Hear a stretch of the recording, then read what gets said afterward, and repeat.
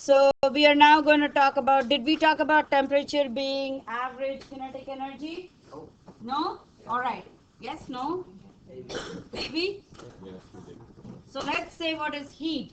Heat is a form of energy that flows from something hot to something cold. Did you write that down? The units in which we measure heat are joules or calories. Did you write that down? Alright? Or kilojoules. Kilo is just an extension of joule. Is that right? You can have centijoule, decijoule, anything you want. Now, temperature is the average kinetic energy. Alright? Is average kinetic energy. So, what are the two types of energy? You have potential energy and kinetic energy, correct? So, what is kinetic energy? What is potential energy? Yes. Kinetic energy is energy in motion, and then potential energy is energy at rest. Energy at rest, energy because of the state of the substance. Is that right? So, though you will never find it in a textbook, and it's not the right way to say it, but it's nice to understand the difference between heat and temperature in this manner. If temperature, so kids often think heat and temperature are one and the same. So if you want to find out how hot something is, how will you find out? They say, oh, put a thermometer in it. Is that right? But the thermometer only measures temperature. It doesn't actually measure what is the heat. Is that right? It's actually very difficult to find out what is the absolute amount of heat in a substance because we can only measure heat as it flows. Does that make sense? And lucky for us, we only need the difference in most of the cases. Okay? So we are good with a lot of calculations. But it's nice to know that if temperature is kinetic energy, heat actually includes both potential energy plus the kinetic energy. Does that make sense? Together it's known as heat energy of the system. Okay? Now, temperature is measured in degree Celsius or degree Fahrenheit and Kelvin. Kelvin doesn't have a degree symbol. Alright? Now, what is activation energy? Now, we talked about a chemical reaction. Oh, I did all this.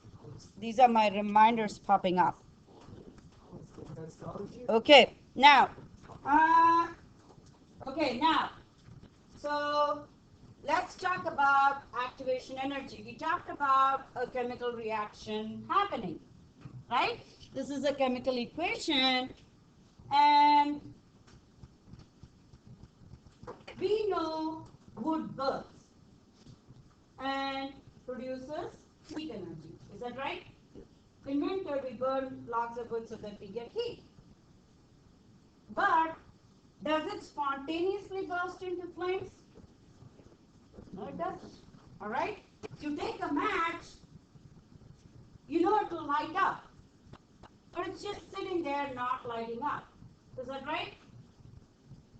Now, later on in the year, we'll do a reaction where we have oxygen combining with hydrogen, and it's a really explosive reaction. Doesn't happen, all right? Even if I take a hydrogen balloon and release some of the hydrogen gas, we know the air also contains oxygen, right? The gases are just mixing, nothing is happening, all right? I think if you drive down south, all right, there are marshy areas which catch fire. Have you heard of it? Marshlands will catch fire. He's not a Jackson knows it. I haven't followed myself, but I know about it. Okay? So why sometimes as you're driving by nothing is happening and then all of a sudden there is a fire? So it doesn't happen. Reactions which are explosive do not happen by themselves. And we see evidence of it all around us. Is that right? Why do reactions not happen spontaneously? Alright?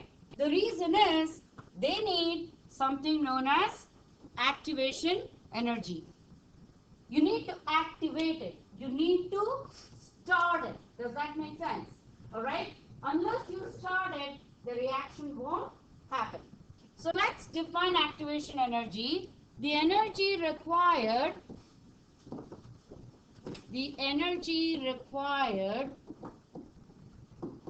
to activate or start a reaction.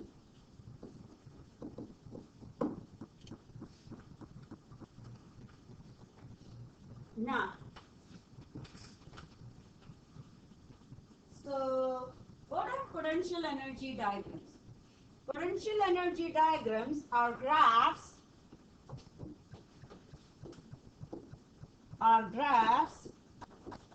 that indicate the energy changes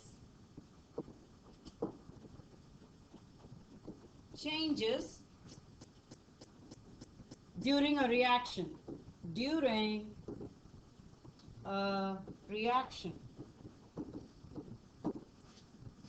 Right? So I said potential energy diagrams are graphs. Now we have learned about two types of reactions. We have learned about an exothermic reaction and an endothermic reaction. So what is an exothermic reaction? A reaction in which heat is released, heat exists. All right? Now, the system. So I'm going to draw a graph. All right? I'm going to call my x-axis the reaction coordinate.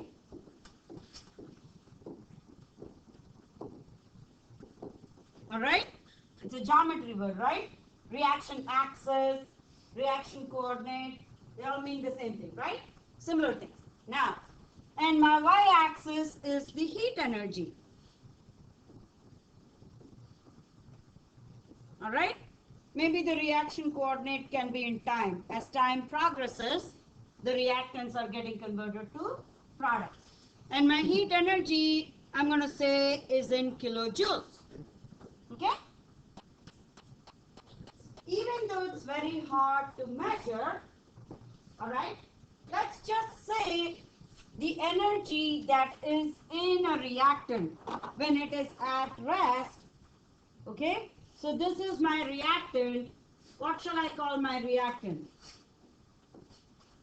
My reactants actually during a reaction. So it's A plus BC. Both of them together. A and BC. All my reactants. The total energy of all my reactants with which I am beginning the reaction. Alright? Let's just say, let's give it a number here. Make up a number for me, please. How much energy? 4. Give me a nice number that is easy to subtract. 2.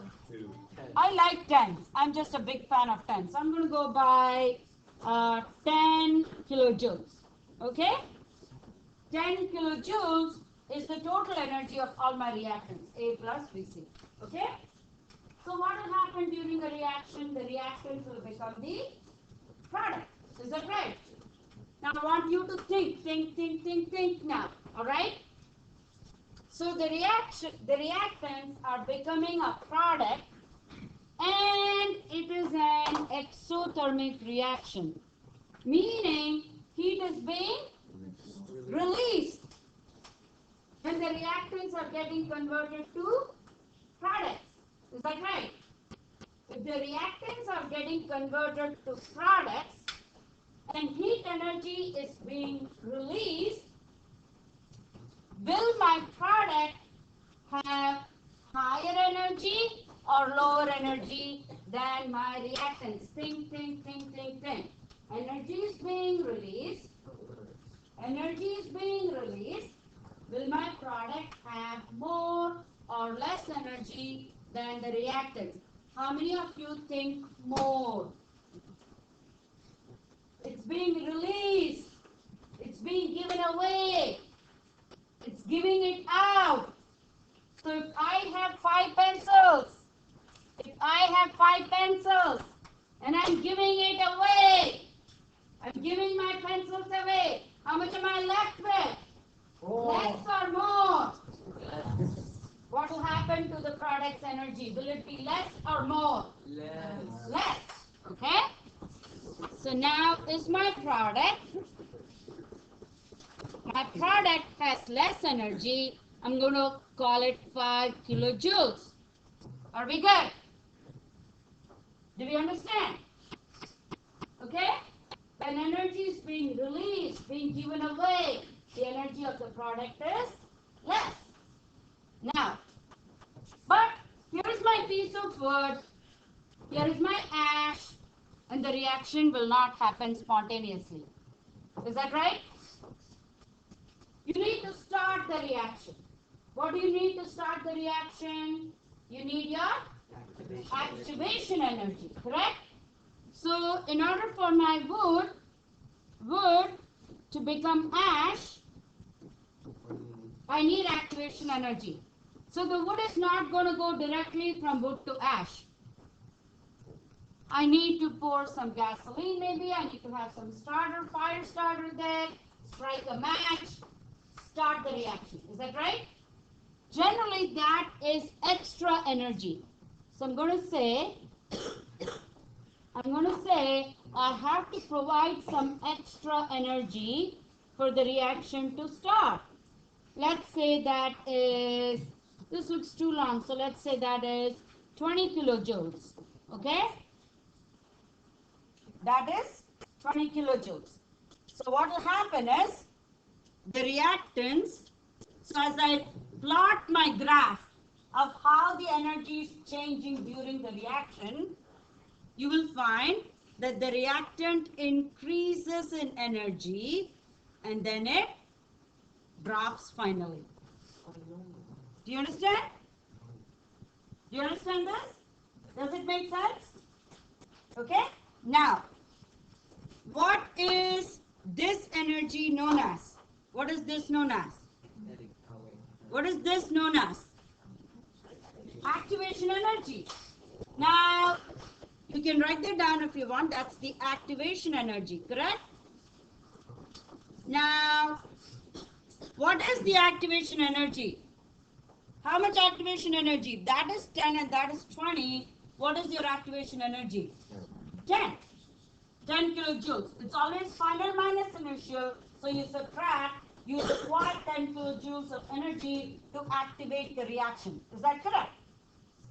What is the energy of my reactants? 10 kilojoules. Potential energy of my reactants. What is the potential energy of my product? 5 kilojoules. Correct? Now, we said during this reaction, heat is released. So what is my heat of reaction? What is my heat of reaction? My heat of reaction is always my heat of product or potential energy of my product minus potential energy of my reactant. I'm just abbreviating it as P and R. Do you see that?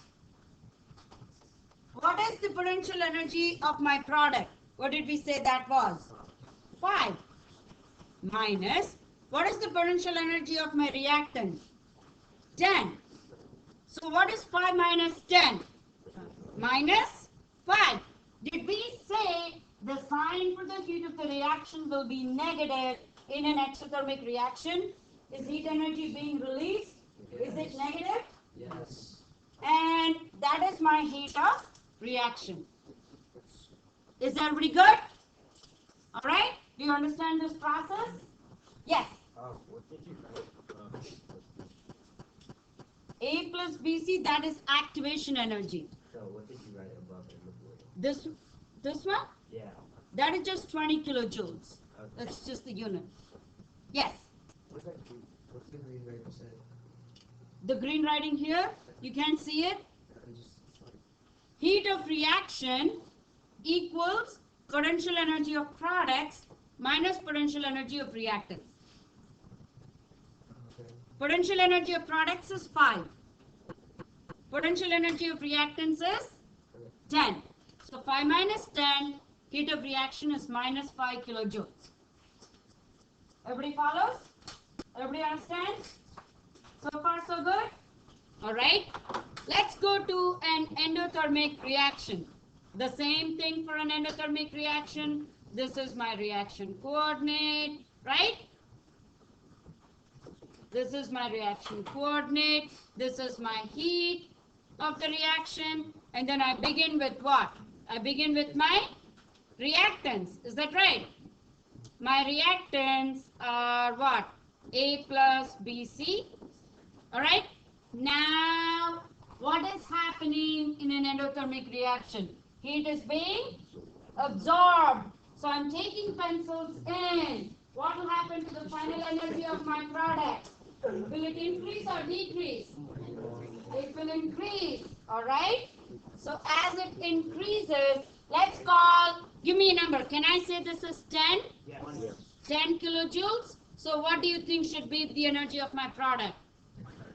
20 kilojoules. All right, she wants to make it 20. Let me actually make this so that I just don't have space, right? So that is 10 kilojoules. All right, that's my reactant. And then I'm going to call this 20 kilojoules, and that is my product. Now, will the reactants go straight to the product? Will that happen? Or do you need an activation energy? You need an activation energy. So, what do you think should be the activation energy? 30. Okay, 30 kilojoules. All right. So, what actually is your activation energy? 30 minus 10. So, which is 20 kilojoules. Is that right? Is your activation energy? Everybody understands that? What is my heat of reaction? What is my heat of reaction? 20 minus 10? 10? Is that right? So this graph, this line is my heat of reaction. Do you agree? Product minus reactant. Is that right? In this case, is it positive? Is it 20 minus 10? Is it positive? Is it an endothermic reaction? Do you understand it? Okay, now you guys have learned about a catalyst, right? What is a catalyst? What is a catalyst? Okay, so write down a catalyst. A catalyst is a substance that makes a reaction go faster. Okay? Does the catalyst actually impact the speed of the reaction? Not actually, all right? It actually impacts the energy changes in the reaction, all right? Now, how does the catalyst act? This is very important in industry, all right? If you find a new catalyst, you have a new patent for a reaction that requires a lot of energy. If I need a lot of energy to carry on an industrial reaction, all right? Say I want to produce nylon, okay? Nylon is like stretchy socks material, things like that, right? I'm a chemical engineer. I want to produce nylon. I have to pay energy bills because I'm making nylon. Is that right? And my energy bills are a huge part of the money that I have to spend in order to make my product. So my profit margin is greatly reduced because of my energy bills. Does that make sense? If you can find a catalyst that will make the reaction happen at a lower energy, all of a sudden I'm losing yet less energy and I'm saving a lot of money. Does that make sense? So it's very, very important to find catalysts. And people who find catalysts, if they patent that work, they make a lot of money, chemists, all right? It's still true to this day. Now, let's see. So catalyst, how does the catalyst actually work in a reaction, all right? A catalyst does not impact the energy, the potential energy of the reactant. It does not impact the potential energy of the product. It does not impact the heat of the reaction. This is heat of reaction, correct? The heat of the reaction will remain the same before and after. The only way the catalyst impacts is it reduces the activation energy. What happened to this blue line? All of a sudden, the amount of energy you need to give to activate the reaction has become less. So how does the catalyst impact the reaction? It lowers the activation energy. Does it change the heat of reaction? Does it change the potential energy of the product? Does it change the potential energy of the reactant? No. All right? So do you understand potential energy diagrams for a reaction, be it an exo or an endothermic reaction? Do you understand this? Now turn to the back of this page. Do you have questions there? Let me give you 5 minutes. All right? Some of you seem to have done it already at home. I really like that. All right? So why don't you take the time to discuss it with the person who's sitting next to you? We'll come back and we'll discuss the answers. Let's see if you can answer questions. Clear? All right, discuss. Talk, talk, talk. Now's the time for you to talk.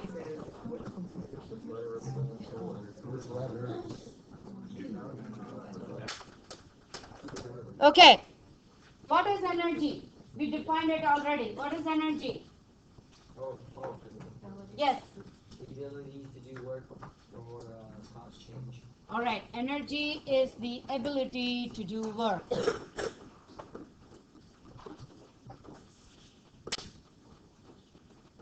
What is the law of conservation of energy? This is all from your reading. Yes.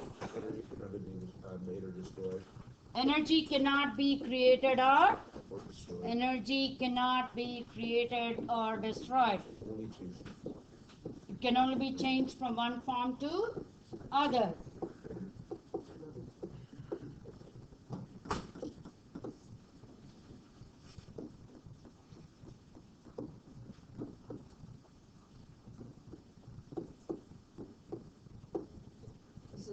This should all go quickly to another.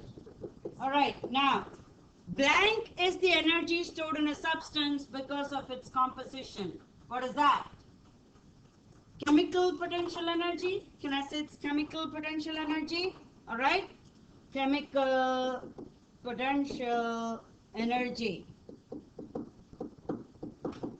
Because it's now talking about the composition, this is chemistry. Is that right?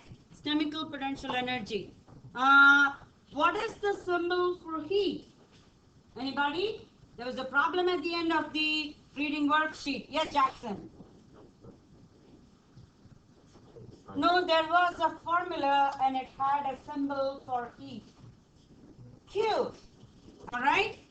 Q is the symbol for heat. Heat is the energy that blank from a blank to a blank object. What is this? We've done this also. Heat, energy that flows from hot object to cold object. It's always unidirectional. Is that right? What is an exothermic reaction? Heat is released. All right? Heat is released. What is an endothermic reaction? Heat is absorbed. What is the unit? This is all review. Is that right? Unit is calorie. You have to know how did they define a calorie. All right, the definition is important. Amount of heat required to raise, very good, raise the temperature of 1 gram of water by 1 degree Celsius, right? Joule is the international unit of heat energy. Calorie is local. Is that right? If you are writing a journal article in science, you will not report in calories. You have to report in joules. Now, what is the conversion factor between joules and calories? Did you ever get to it in your reading? Okay. 1 calorie equals 184 joules. It's important that you remember this. All right? What is specific heat? Did we define that also in our reading notes? Did we define it? Yes? No?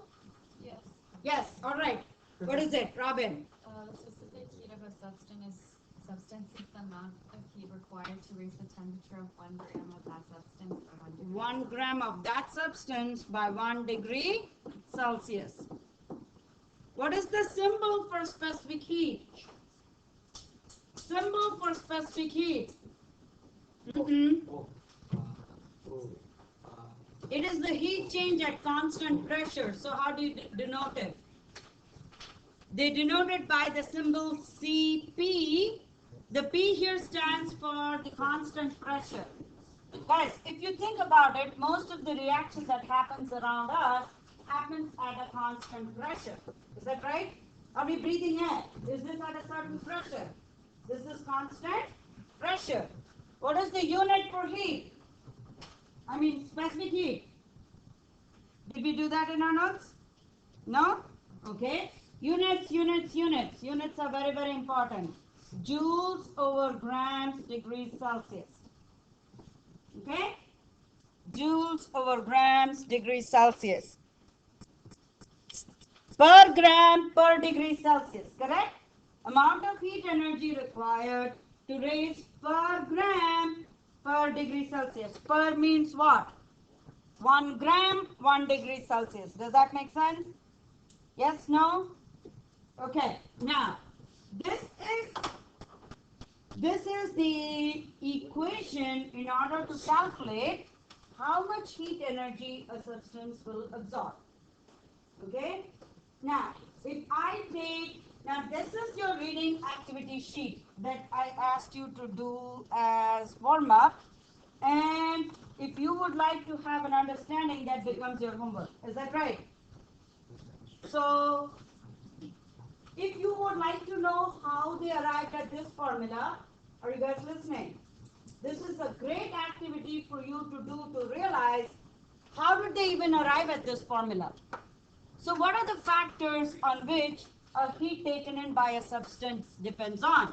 It depends on the mass of the substance, it depends on the specific heat of the substance, and it depends on the change in temperature. So let's write this down. Q equals, Q is what? Q is heat. What is the unit in which you measure heat? Joules or calories. What is M? M stands for mass, and mass is measured in what units? Grams. Does it go to the next page and does it continue? That is bad. It should all be in the same page. All right. Cp. What is Cp again? What is Cp known as? Specific heat. Specific heat. And units of specific heat? Units of specific heat. Joules over grams degrees Celsius. What does the sign delta mean? Change. It's the change in temperature. Change in temperature. And it's always, always, always T final minus T initial. You always have to subtract the final temperature from the initial temperature. Do you understand? It's never the other way around. It's not the bigger number on the top, the smaller number in the bottom, and you subtract. No, no, no, no, no. It's always final minus initial. And why is this very important? In heat, your sign, whether it's an exothermic, whether it's negative, or whether it's positive, will depend on your subtraction factor. Does that make sense? If it's cooling, heat is being released. If it is heating up, heat is being absorbed. The final will be a bigger number than the initial. You'll get it positive. Yes or no? If it's cooling, the final will be lesser than the initial. You'll get it negative. Does that make sense? It's very important to pay attention to T final minus T initial. All right? So, you have to know this formula. So, how do you calculate the amount of heat that a substance takes in? You use the formula Q is equal to N times Cp times delta T. Is that right? Now, what are the variables given this problem? Do I have a volunteer to read problem number A? Problem alphabet A, not number A. Anybody volunteers? Justin? No? Alex? Nick? Calculate the energy required to heat a piece of iron weighing 1.32 grams from 25.0 degrees Celsius to 46.0 degrees Celsius. Specific heat of iron is 0.4494 joules per gram degree Celsius. Okay, this is substituting into a simple algebra equation and solving the problem, all right? Let's list, all right? What is my M? My M is 1.32 grams. What is my specific heat? 0.4494 joules per gram degree Celsius. I need to calculate delta T. What is my delta T? How do I solve for delta T? It's final minus initial. So it's 46.0 minus 25.0. Remember rules of sig fig? Should I include the 0.0 at the end? Yes. Yes. Okay? So it's 21 degrees Celsius, correct? Yes or no? Yes. I now substitute back in my formula. So Q equals M is 1.32 grams times 0.449 joules over grams degree Celsius times 21.0 degrees Celsius, correct? Let's see if I can cancel units. Grams is in the numerator, grams is in the denominator. Degree Celsius is in the numerator, degree Celsius is in the denominator. What is the only unit I am left with? Joules. What will my Q be in? Joules, alright? So now you multiply using your calculator and you give me the answer. And what does your calculator answer say? Of course, we have to report the correct number of sig figs, alright? And I'm getting my answer to be 12.5 joules. Do you get the same answer that I get? Do you get the same answer that I get?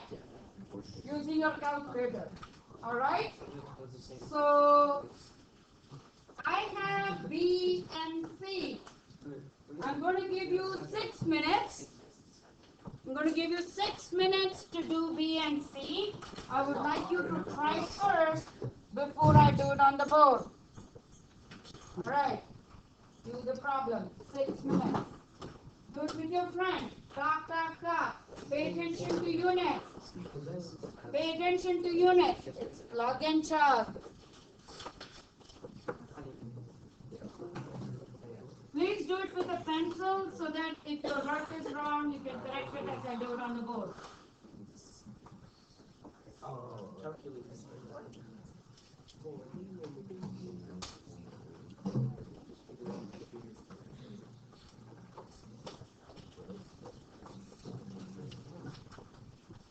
Now, so that's Q, that's M, that is delta T. So the only factor that I'm left to solve is my CP. Is that right? But then Q equals 52.5 kilojoules. And I know they want it in joules. How do I convert joules to kilojoules? I know 1 kilojoule is 1,000 joules. It's 52500 joules. Let's go to the next one. My M is 1.02 kilograms.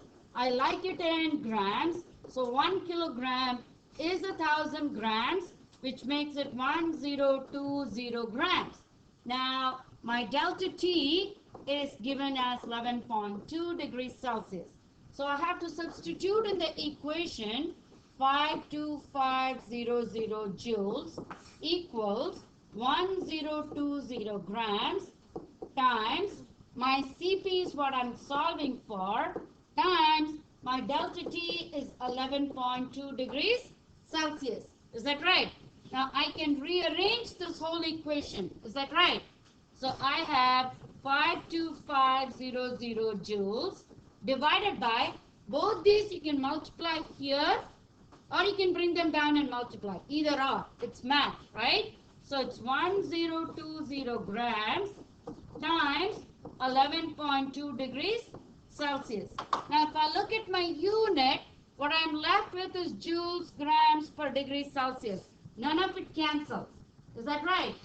And so if I substitute and solve and report to correct sig fig, I get my answer to be what?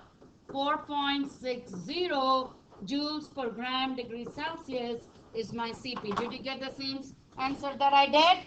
Yes. All right. Now, let's go to the last question. The last question, this is what?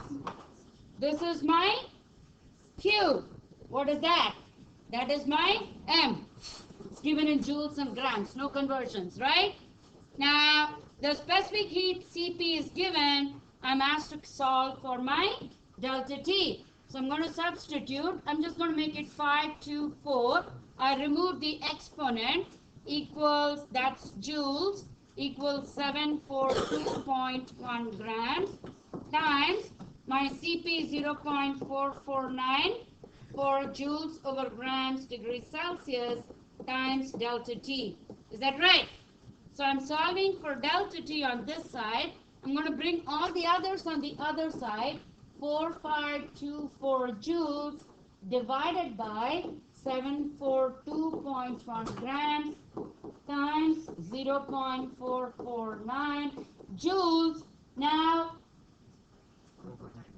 94 joules. Now grams and Celsius is in the denominator here. Is that right? Will it actually go to the numerator? Is that right? Yes or no? Okay. So I see that I can cancel joules and joules, grams and grams. What is the unit in which I'm left? Celsius. And so I'm solving for temperature in degrees Celsius. And if I have to report the correct significant digits, I get 13.570 degrees Celsius, round correctly. All right? Is that clear? Are there any questions on how to do these problems? Do you understand? Okay. The next two problem types that I'm going to discuss are really, really hard. All right? Are really, really hard. Okay, let's go to the next two problem types. Now, I need you to pay very careful attention to what I do. Okay? So, how do you do such an experiment? This is actually a lab. All right? Imagine this to be the piece of silver. Imagine it is 200 grams. So I can put it on a hot plate and I can heat it up to 125 degrees Celsius. You guys agree? Okay? And then I take it and I place it in a container from which there can be no heat loss. I take it, I put it in, imagine there is water inside, okay? So the water is going to increase in temperature. Is that right? Because I dropped the hot metal into it. Is that right? So the final temperature, what is given? I can't read the problem. All right? The water temperature rises from 20 degrees to 27.3 degrees Celsius. And it's placed in how much water? They prefer to give the mass of water, which is 150 grams. And because the temperature of water is increasing, at the end, will the temperature of water and silver be the same? Right? Both of them are at 27.3 degrees Celsius. Do you understand the process? Do you understand what's going on? You're heating a piece of metal, you know its mass, you know its temperature, you're dropping it into water, you know the mass of water, you know the beginning temperature of water, you know what is the increase of heat or the increase in temperature that water is undergoing, you know the final temperature. What are the things they want you to calculate? All right? What is the change in temperature of water? Delta T for water equals T final of water minus T initial of water. Is that right? What was the final temperature of water? 27.3 degrees Celsius minus, what is the beginning temperature of water? 20.0 degrees Celsius. So you subtract according to sig fig, and what is your change in temperature? 7.3 degrees Celsius. The next question they are asking is the amount of energy gained by water. All right? Heat is being absorbed. So what is the equation you use? Heat energy equals Q equals mass of water times specific heat of water times change in temperature of water. Is that right? W means water. Everybody good? Now, what is your mass of water from the problem? 150.0 grams times, alright, guys, specific heat of water, you can get it from a textbook, you can Google it, is always the same value. It's always 4.184 joules over grams degrees Celsius times, what is your change in temperature of water? 7.3 degrees Celsius. Is that right? So my grams cancel, my Celsius cancel. My answer will be in joules. And if I report it to correct sig figs, my calculator answer is 4581.48. And if I report it to correct sig figs, it's 4,600 joules. Everybody good? Did you understand this so far? Okay. Now, since energy gained by water is equal to energy lost by silver, did the hot metal actually lose its heat? Right? When you drop it into water, did it lose its heat energy? Yes or no, Jackson? When it's hot, Jackson, and you're dropping it into cold water, which is losing the heat energy? The metal is losing the heat energy, which is gaining the heat energy. Water is gaining the heat energy. Is this losing? So it is going to be negative. Is it losing? It's negative. Alright, you see that sign. Heat gained by water is the heat lost by silver. What is the energy lost by silver? Alright? It's the opposite of the heat gain. Can I say that? But it is with a negative sign. Very good. So energy lost by silver equals the same numerical value, but it has a negative sign. Do you understand it? Any questions? Now, what is the change in temperature of silver? So delta T is always what? T final minus T initial. What is the final temperature of silver? Is it 27.3 degrees Celsius? Right? Yes? Did it become the same as the temperature of water? Correct? Minus, it was originally hot. What was the original temperature? 125.0 degrees Celsius. So what is the change in temperature? It's minus 97.7 degrees Celsius. Yes or no? Now they are asking you to solve for what is the specific heat of silver. So let's do that. Alright. So you know Q of silver equals M of silver times specific heat of silver times change in temperature of silver. Is that right? I'm going to substitute in this formula. What is my heat energy of silver? What did you get it to be? Negative 4600 joules equals, what is the mass of silver? 200.0 grams times, we don't know the Cp for silver, that's what we're supposed to solve for. What is my change in temperature? Negative 97.7 degrees Celsius. Okay? So now, do you see there is a negative sign on this side and there is a negative sign on this side? Will the negative sign cancel out? Do you see that? And so what is my math? My math to calculate for Cp, I do 4,600 joules divided by 200.0 grams times 97.7 degrees Celsius. Is that right? Negative. Negative cancels. Oh, yeah. Okay? So it's joules, grams, degrees Celsius is my unit. Is that right? I just plug my numbers into the calculator, and what do I solve my CP to be? 0.24 joules over grams degrees Celsius. Is everybody good with the calculation? Now, it will look really easy as the teacher does this problem with you. When you do it on your own, you have to really pay attention to the sign. If you don't follow attention to the sign, you will get the problem wrong. Okay, let's look at the next question. Again, a very hard question type you have to practice. Okay, what do you have? You have 90 grams of hot water. All right. So what is the amount? 90.0 grams. It is at 90.0 degrees Celsius. Right? Let's make that red because it is hot. And then you have cold water. All right?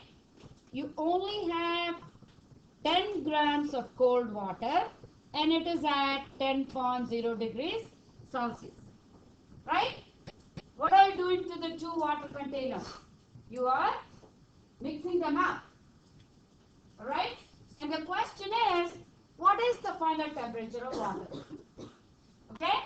It's not a simple problem. It's just not a simple problem. Alright? So let's set up the expression for heat released by hot water. When heat is released, what is the sign for heat? When heat is released, what is the sign? Is it positive? Is it negative? Are we all sure? Is it negative? Rajiv, no? Let's look. Go through your papers. Heat released, is it positive or negative? Exothermic, is it positive or negative? Are you all sure it's negative? Negative. Okay, very good. So, set up the expression. They've already given you that, all right, equals minus, what is the mass? Heat is always what? Mass times Cp times delta T. Is that right? The equation is already given. What is the mass of hot water? 90, let me do this in red. All right, negative 90.0 grams times specific heat of water is always going to remain this number. Is that right? So 4.184 joules over grams degrees Celsius times, what is the change in temperature of hot water? Now, it started off at 90, that was T initial, correct? Do we know what the final temperature is going to be? No, we are solving for the final temperature. So, I'm going to say that is my T final minus, what was my initial temperature? Interruption as we begin our morning announcements. Make sure that channel 6 is on in your classroom at this time. Students, please stand for the pledge.